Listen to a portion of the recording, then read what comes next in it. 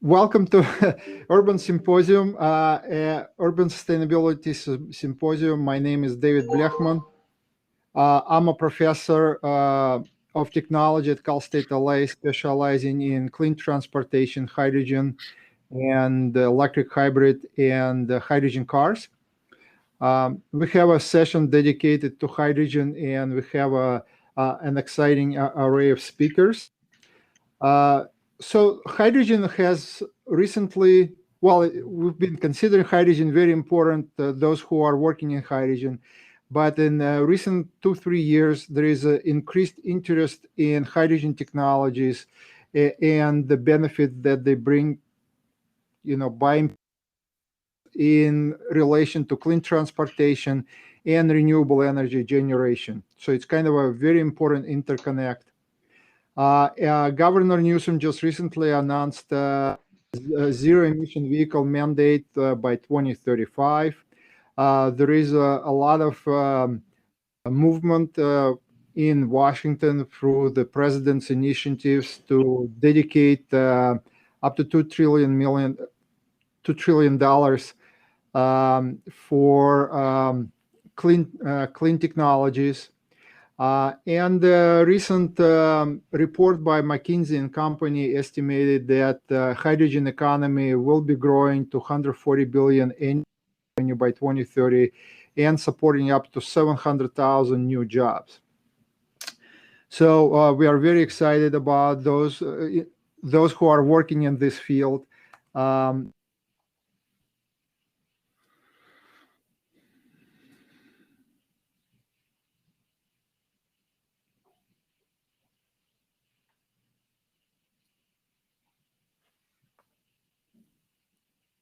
David, I think we lost you.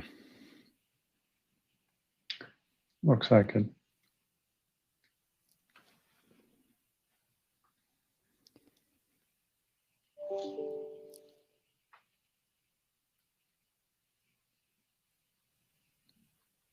Well, I tell you what, rather than have dead air, why don't I'll just go ahead and maybe and do my presentation.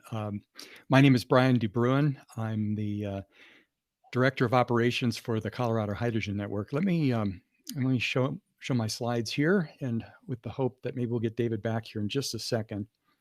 And then if we just keep going kind of on our own, but as I said, I'm the director and one of the founders of the Colorado Hydrogen Network, which is a nonprofit, and hydrogen is basically my favorite subject, and so happy to be here today to talk about it. I'm also the chief technical officer for a startup company called New Day Hydrogen, which is a hydrogen project developer. We're focusing on fuel stations right now, trying to get that going in Colorado. And then I also have a podcast. So if any of you have an interest in podcasts, check out the Hydrogen Nowcast. It's available on most of the major podcast apps. And of course, you can find me on LinkedIn too. So this presentation might be actually good to start with, because I wanted to start by just talking about why do we need hydrogen? I think a lot of people have the mistaken idea that, well, it's just another molecule like petroleum and can replace it. But really, we need to replace all the functions from fossil fuels if we're going to go to a decarbonized energy transition. So I think it's useful. We're all familiar with fossil fuels and what they do, but I think it's useful to talk about the uses that they serve, because we need to really replace all of these. So obviously, it's a source of energy. You dig it out of the ground and it can be used for energy. It can carry energy, of course. You can move it around in pipes or trucks or buckets or whatever you like. It's storable. Nature stored it for millions of years, so it can be stored long term. One of the important things about a molecule like petroleum is that it can be transferred really quickly to vehicles. Most of us are familiar, we can refuel our cars in 3 minutes. And that's an important characteristic of that. It also can be used in high temperature industrial processes like steel making, cement making, and glass making. And of course, it can be sent over long distances across oceans, not just across continents. So if we look at the alternatives, if we go to wind and solar and geothermal and hydroelectric, they're really only a source of energy, but we still need some way to move that around and so forth. So by adding the electric grid, of course, we can move that electric energy around. And we can move it with the grid across continents, but really not very well across oceans. I've never seen a set of wires across an ocean yet. Batteries can help us store a little bit of energy, but batteries have self-discharge. And if you need a lot of energy, you need a lot of batteries, and that can get expensive. And they also wear out. So we've got some gaps here in replacing some of these functions. So this is where hydrogen comes in. Hydrogen can be an energy source, and I'll talk about that in a minute. But obviously, it's a carrier because it's a molecule. You can store it as long as you like, as long as your tanks don't leak. It can be really quickly transferred to vehicles, which is important for transportation and vehicle fueling. It can be used for high temperature processes, a bit easier than electricity can be. And you can ship it across country, or you can ship it across oceans as well. So as far as being an energy source, what a lot of people don't realize is that there are geological hydrogen wells. And the first one actually in North America is in Nebraska, of all places. I visited that in June. But that's an ongoing, recurring, renewable, sustainable process that is going on underground. And so I think in the future, you're going to start seeing a lot more exploration done for these hydrogen wells. And then hydrogen can also be derived out of petroleum wells, but not in the way you think. By leaving the petroleum underground, whether it's gas or oil, you can send oxygen down into the well, and that causes the hydrogen to separate. And then nothing but pure 99 and 4/9% pure hydrogen is brought out through a palladium filter. So you don't have any of the issues that you do with SMR of methane leaks or having to sequester the carbon. So let's talk a little bit too about why hydrogen is really so useful besides some of the issues I just talked about. And that's really because renewable electricity and hydrogen are interchangeable. And the way this works is by passing an electric current through water in a device called an electrolyzer, you can generate hydrogen. And I think probably a lot of people on this call are familiar and have heard of this. And on the other end of the spectrum, if you want to transfer the hydrogen back to electricity, you can use a device called a fuel cell. And this is what, of course, is in fuel cell electric vehicles. And there is no greenhouse gases involved in any part of this process. So it's completely green and clean, so to speak. And of course, in the middle here, hydrogen can be stored and can be transported. So basically, I'd like you to think of electricity and hydrogen are really being kind of two sides of the renewable energy coin. And this is really why there's so much emphasis and so much excitement around hydrogen right now. So the purpose of my talk, though, is really to talk about how we establish this hydrogen infrastructure. And the first thing is that we have to recognize that we have to build the entire ecosystem. And by ecosystem, I mean supply and demand. And it's not really enough just to focus on building supply. A lot of people are thinking, oh, we'll just go find all these sources of hydrogen and we're kind of home free. But not really. We also have to work at generating demand and building customers for the hydrogen. So the two of them, the supply and the demand, really have to be developed in sync. And by that, I mean they have to be done at the same time and at the same scale. And, in some ways, demand is harder because it's dependent on other infrastructure. For example, to have a fuel cell vehicle, you need a hydrogen fuel station. And to have the fuel station, you need the vehicle. So we need both of those. And we also, of course, are going to need other infrastructure along the lines of storage and pipelines.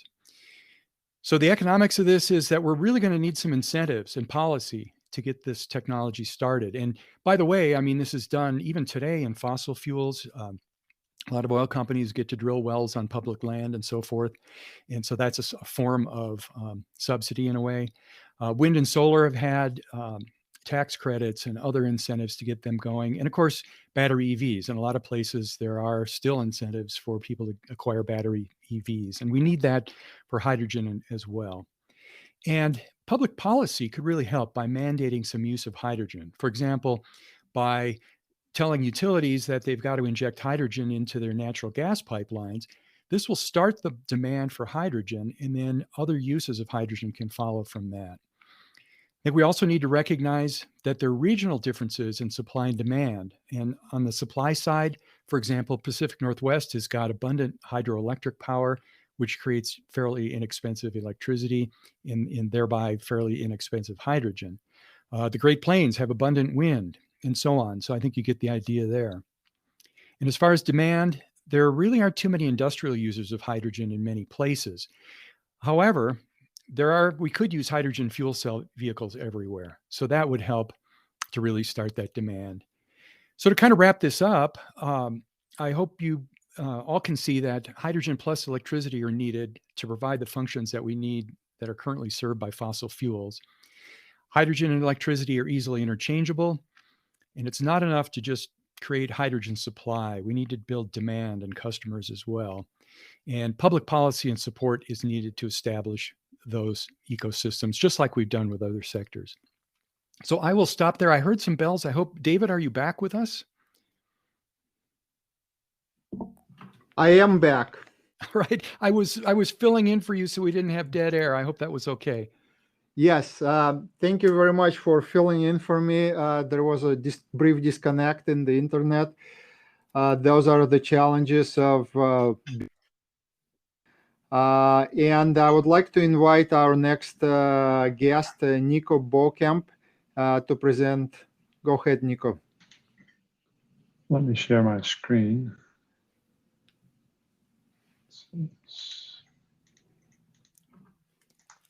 Oh, I'm sorry. I need to hit stop. Here it is. I was looking for that.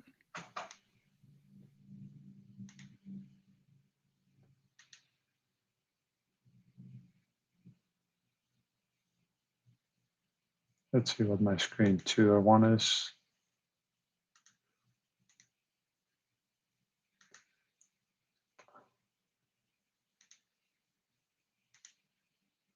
Should be able to see my screen now with the slides. Great. So let's go through this. So I'm going to talk a little bit about California Fuel Cell Partnership's truck vision for 2035. And this was an effort that took a lot of effort. At the end of this slide deck, you'll see why it was an effort, because we are a public-private partnership, and to get everyone on the same page and agree on a publication of a document that has numbers in it and some other things and statements. It's quite an undertaking, and this took almost a year to get started, and then be finalized towards the document that was published. And at the end of the document, at the end of the slideshow, there are also links for those who want to read the document, have not heard about it, and want some additional resources. So it's all available at the end if you want to take some time and look through this document and see what this is all about in detail. Let's start with this. We have talked about several options here throughout the day. I've heard a few options mentioned. We had a presentation by SoCal Edison, folks presenting about the need for emission reduction. Heard a lot of comments about heat and different environmental impacts based on the changing climate. This talk is really about heavy-duty Class 8 trucks.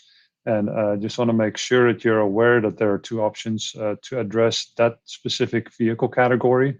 Could be either battery electric or fuel cell electric. And both of those options have a lot in common. And that's what I'm showing here on this slide, or in this overview specifically.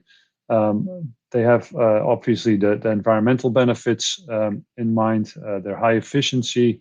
And they have low noise. So those are items that, especially in certain communities, are very much desired, and at large as well, because overall it impacts larger regions in the world as well as the environment. But there are some differences between the two. There are some economic benefits in some cases with regards to let's say initial rollout. It's in some cases it's easier, for example, to roll out battery electric trucks because it's easier to get started. But then when it gets to large scale, it may be a little bit more challenging, and the associated costs also vary based on the rollout size of rollout. But really, in the long term, this should all be focused on doing things at scale and replacing existing technology. And the existing technology is really diesel trucks. There are some other technologies out there as well, but that's less of an issue because those technologies are not nearly as broadly rolled out as diesel technology. So the benefits, and I'll compare them here in the next overview. This gives you an idea what it looks like based on operational characteristics. So to fuel a vehicle, and you have about 10 to 15 minutes to do so, this is kind of the range you get from diesel, hydrogen fuel cell, or battery electric based on 10 minutes of charging. I can provide more details if you want to. Actually, I'll give it right now. The battery electric truck is based on a 1 megawatt charger.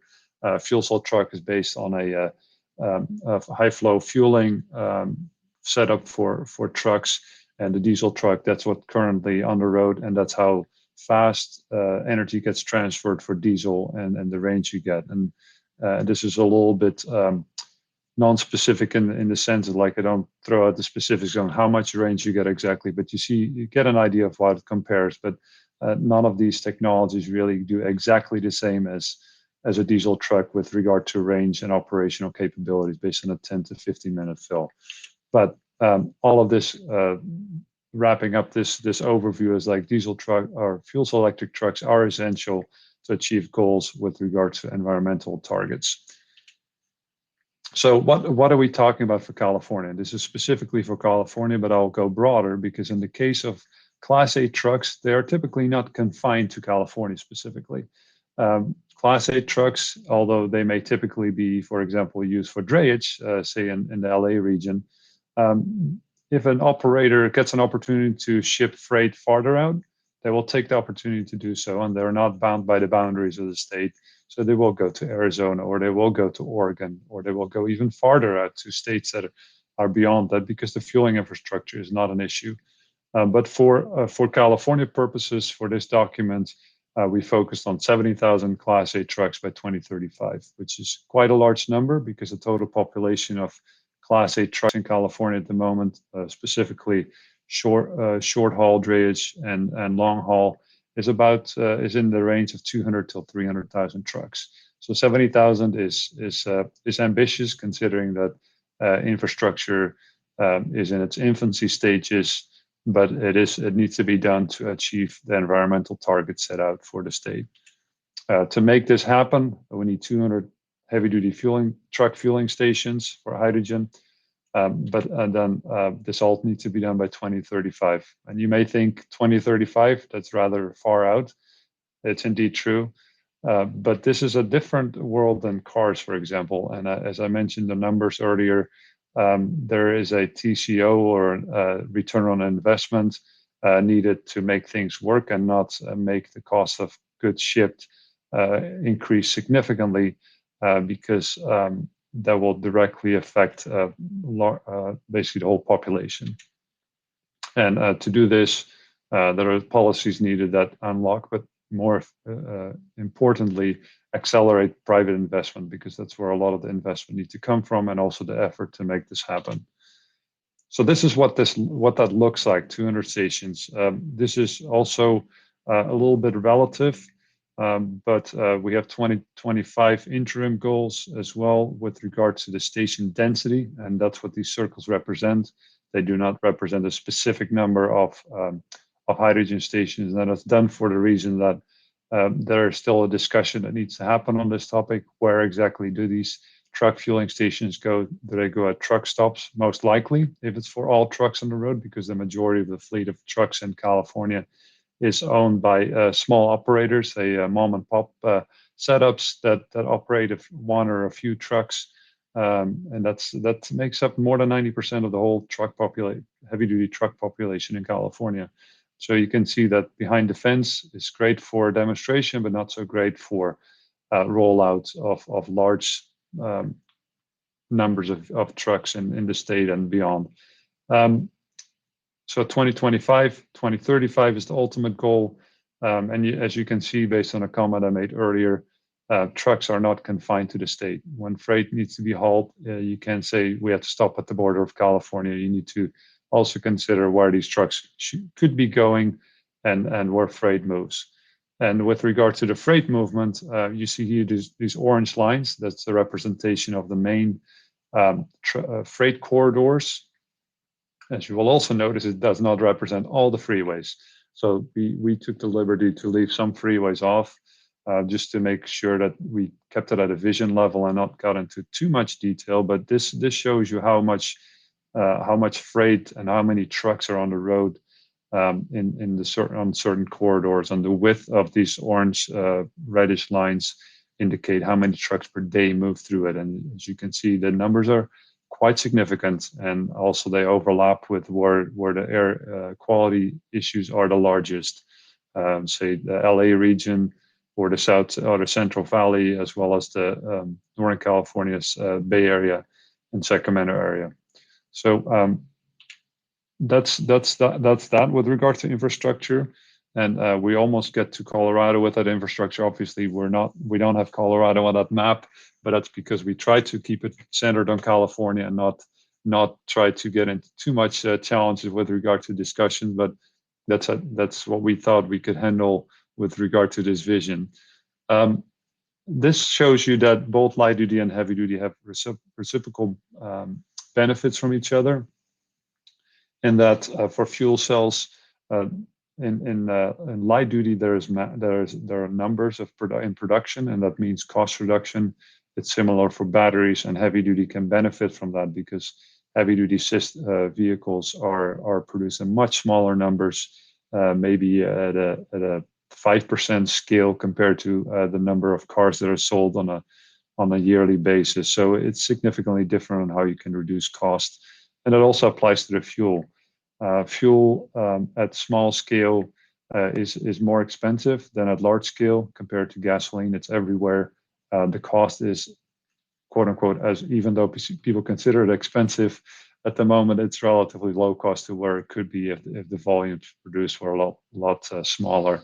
So really, in the end, both light duty and heavy duty can benefit from each other, both on the vehicle technology reduction side of things, as well as on the fuel cost reduction side of things. And that's what this graphic represents. So really what this statement says in summary is, like, we need both battery electric and fuel cell electric trucks. Battery electric trucks will not be able to address all the challenges that are ahead for the reduction of emissions from freight transportation. And fuel cell electric vehicles can play a very good, close to one-to-one replacement role. That's what this really says. So this is what I was talking about earlier. These are all the quote-unquote cats we had to herd to come to a publication of the document that I was referring to, the vision document. And this is the page with the resources that I assume that the slides will be shared afterwards, and I'll make sure to make it available to David so he can share on wherever platform you're planning on sharing the presentations from and the recordings from today. So that's all available. And for more, if you want to know more or want to reach out to us, please use this contact information. So I'll leave it with that. Could talk a little longer, but maybe David has some thoughts on questions or received some questions that he wants to see me answer. Nico, thank you very much for the very interesting and exciting presentation and the vision and the path forward for hydrogen. So my question is, can you talk, you have experience, you've talked to manufacturers and various projects. Maybe you can highlight some key heavy-duty transportation projects in Southern California or, in California, something that is exciting, is already happening or will be happening in a short term. Yeah, there are a few projects going on. I'll mention both technologies. I think there's a project going on that's led by Toyota and Shell, and I'm mentioning those two companies specifically because that's a truck technology provider and a infrastructure provider. There are a number of operators involved as well. Companies like TTSI and UPS, and I think the list is a lot longer, but I just don't have that all on the top of my head. That's one project that has about 12 Class 8 trucks, and I think about 5 to 10 are currently operational already. So you may occasionally see those on the freeways in the LA region. Then there are also some smaller projects in the ports going on, also with Class 8 trucks. There's also a larger with regards to number of trucks, I think it's the Volvo Lights project. Volvo stands out in that regard as the manufacturer. I think SoCal Edison is involved with the charging infrastructure as well as a number of charging equipment providers. But some of you on the phone may know more details on that one than I do. But those are projects that are currently active. There are much larger projects on the horizon in LA, but or in the Southern California region, but also in the San Francisco Bay Area region, where the plan is to roll out 30 Hyundai fuel cell trucks that will be used for drayage purposes. So there is a lot of things happening right now. In the years ahead, we see larger and larger projects, and really what needs to happen here is that the scale needs to go up, because the truck manufacturing side of things seem to be on a path towards commercialization, but the infrastructure, we all need to learn on how to do that quickly, because it will be essential for the success of the rollout of zero-emission trucks overall throughout California and beyond. So maybe I'll leave it with that, David. Thank you, Nico. It's wonderful, and I know we have to let you go. And thank you. And maybe in the future we'll have more of your insight into hydrogen and heavy-duty transportation. Thank you. Feel free to reach out. Okay. And so our next speaker is Max Accordino, and this will be a very interesting merger between hydrogen and education. And that's what we do here at Cal State LA. So we are very excited to bring Max and talk about Horizon educational products and other, interesting developments and projects he's undertaking. You've got a little bit of a. We got a little bit of a. Sorry about that. I'm trying to share my screen right now, and I'm getting frozen. So sorry. One moment. There we go. So can you see my presentation now? We see you well, and so go ahead. Get started. I blocked off. And can you see my PowerPoint? We see your PowerPoint and slides to the left. Yes. Beautiful. I hope that everything is okay. That's all right. I'm not sure why it's not changing, but so everyone, hi, I'm Max Accordino. I'm from Horizon Educational. We are. So. Is it okay? So I'm from Horizon Educational. We're based in Prague, Czech Republic. So good morning for all of you. Good evening for me. It's about 9 o'clock at night here. We're actually made up of 3 companies. We have Horizon Fuel Cells America, which is officially based in LA, Horizon Fuel Cell Europe, where I am in Prague, and then Heliocentris Academia, which is based in Berlin, Germany.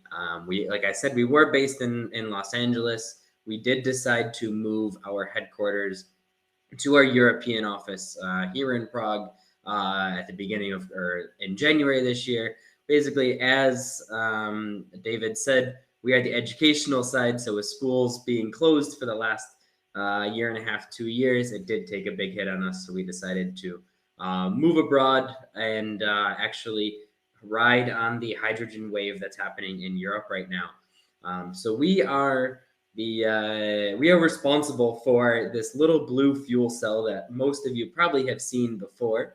This is our reversible fuel cell, and we like to call this everyone's first fuel cell. So I will talk more about that before or a little later, but first a little overview about us. So we started back in 2003 in Singapore from a company called Horizon Fuel Cell Technologies. And in 2005, we designed the first educational science kit. So it's a small clear plastic car that runs on a 0.5 watt fuel cell like that first one that you saw. 2006, we won at Invention of the Year with our H-Racer, which is a similar technology. It's a remote control toy car. It also comes with a fueling station. In 2010, our 1,000 watt stack placed first in the Shell Eco Marathon. In 2013, we decided to become a spin-off company and separate from HFCT and produced our own educational line. And then 2013, pretty much until now, is when we started launching all of our new science kits that some of you already know if you've studied it, and if not, that they keep improving every year. 2015 is a big one with our launch of our Horizon Hydrogen Grand Prix, which I'll discuss later, and then our DIY race. And then with COVID, we launched our distance learning curriculum, which I will discuss. So basically, our role is to increase the student awareness of global climate change. So we all know about hydrogen and fuel cells now, but we know because we have been involved in it. A lot of students these days have never heard of a fuel cell. I did not know about it until I started in this company. And so it's very interesting for us to actually get in through a K through 12 school, give them a small fuel cell and say, go have fun, go learn about it. So our kits range from electrolysis, steam reformation, we have ethanol fuel cells, reversible fuel cells, thermal, saltwater. We have many different kinds for students to get interested. And that's the core of it. It's just to get students interested on these fuel cells. So we started, we still love our science kits, but what we found is actually students want to have some type of competition, some type of program. So the first thing that we introduced was our DIY race.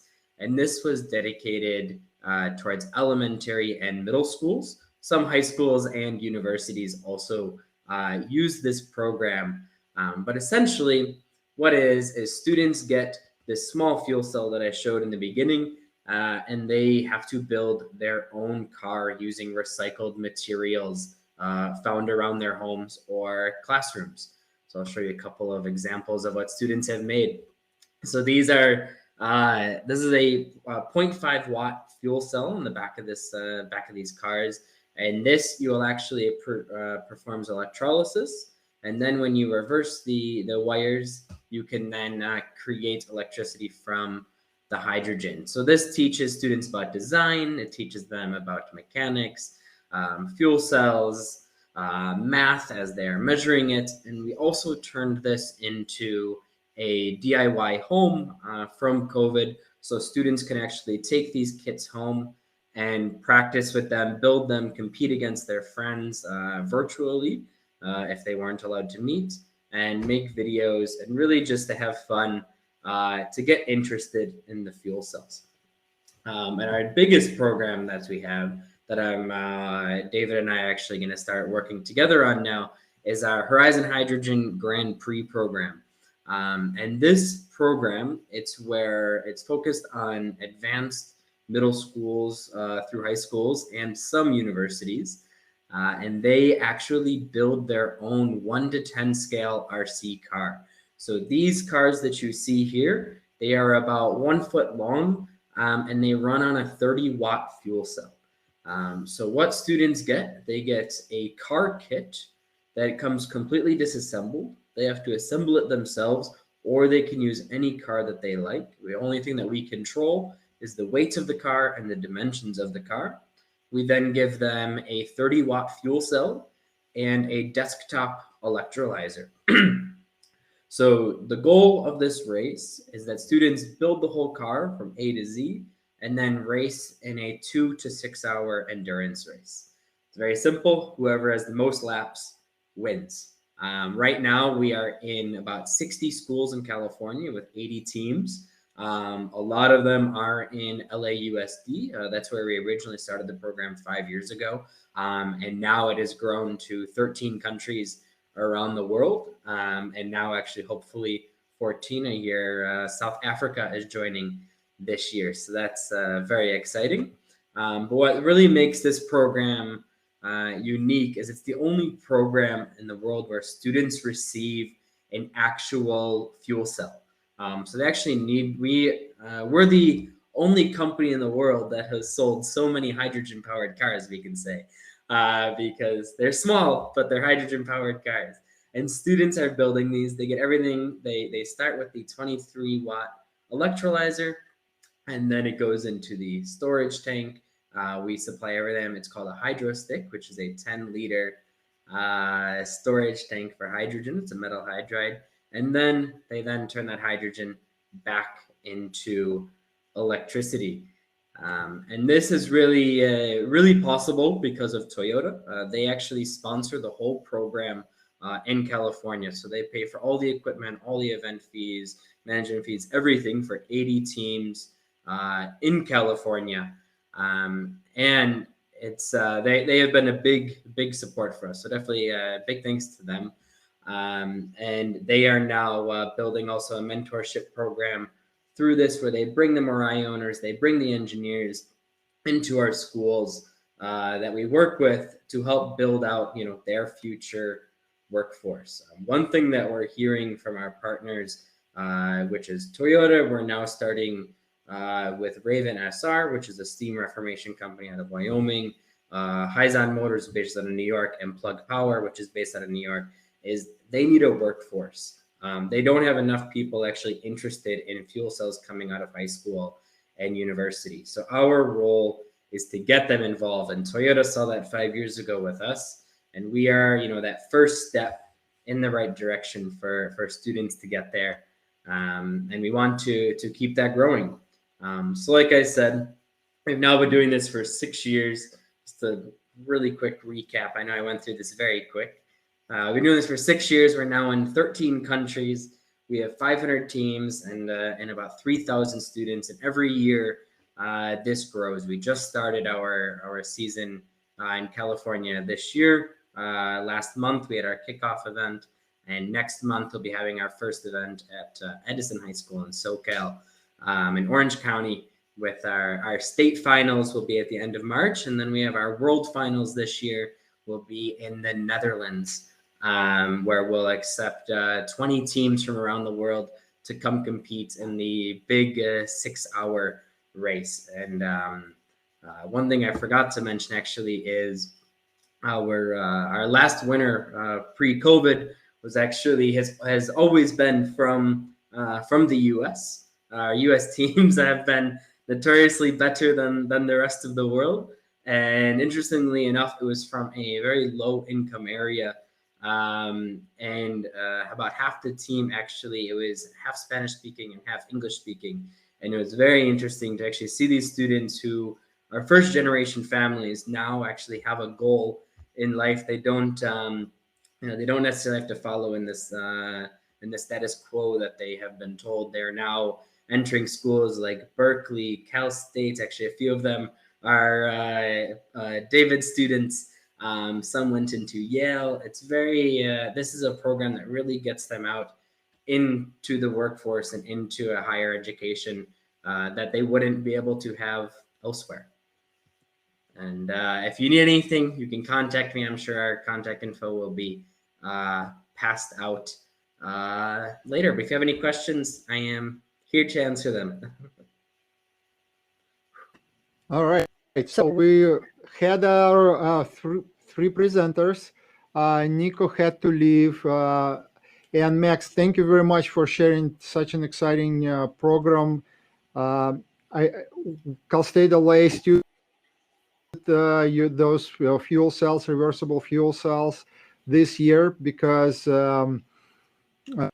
we were learning about fuel cells online. So that created a very nice lab experience for them to work with real fuel.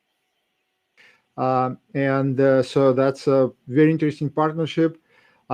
We know about Horizon Educational because one of our former students was also involved with the company and developed some of the idea projects.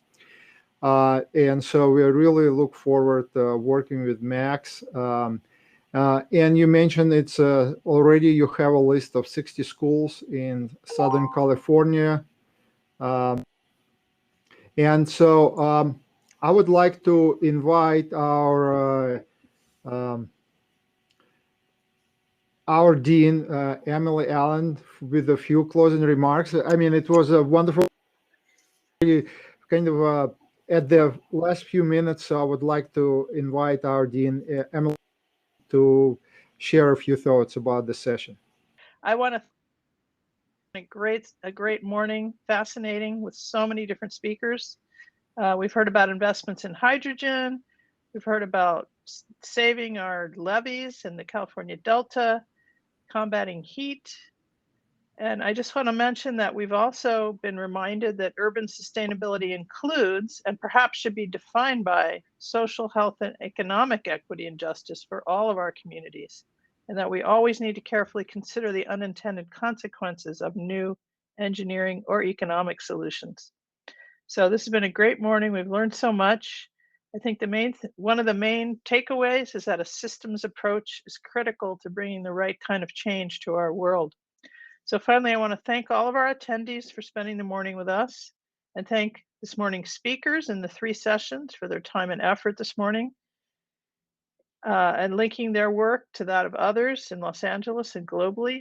And finally, I'd like to thank our faculty and staff committees who made today's symposium possible by planning and inviting speakers and managing the online event platform. I hope you all have a wonderful Thanksgiving holiday next week, and that you take a moment to remember the Native peoples who originally lived on the land that we all live and work. Here at Cal State LA, we acknowledge and honor the Gabrielino Tongva peoples as the traditional caretakers of the land where our university was built and resides now. Again, thank you to everyone for attending the symposium, participating, and I hope you all have a productive and satisfying afternoon. Bye-bye.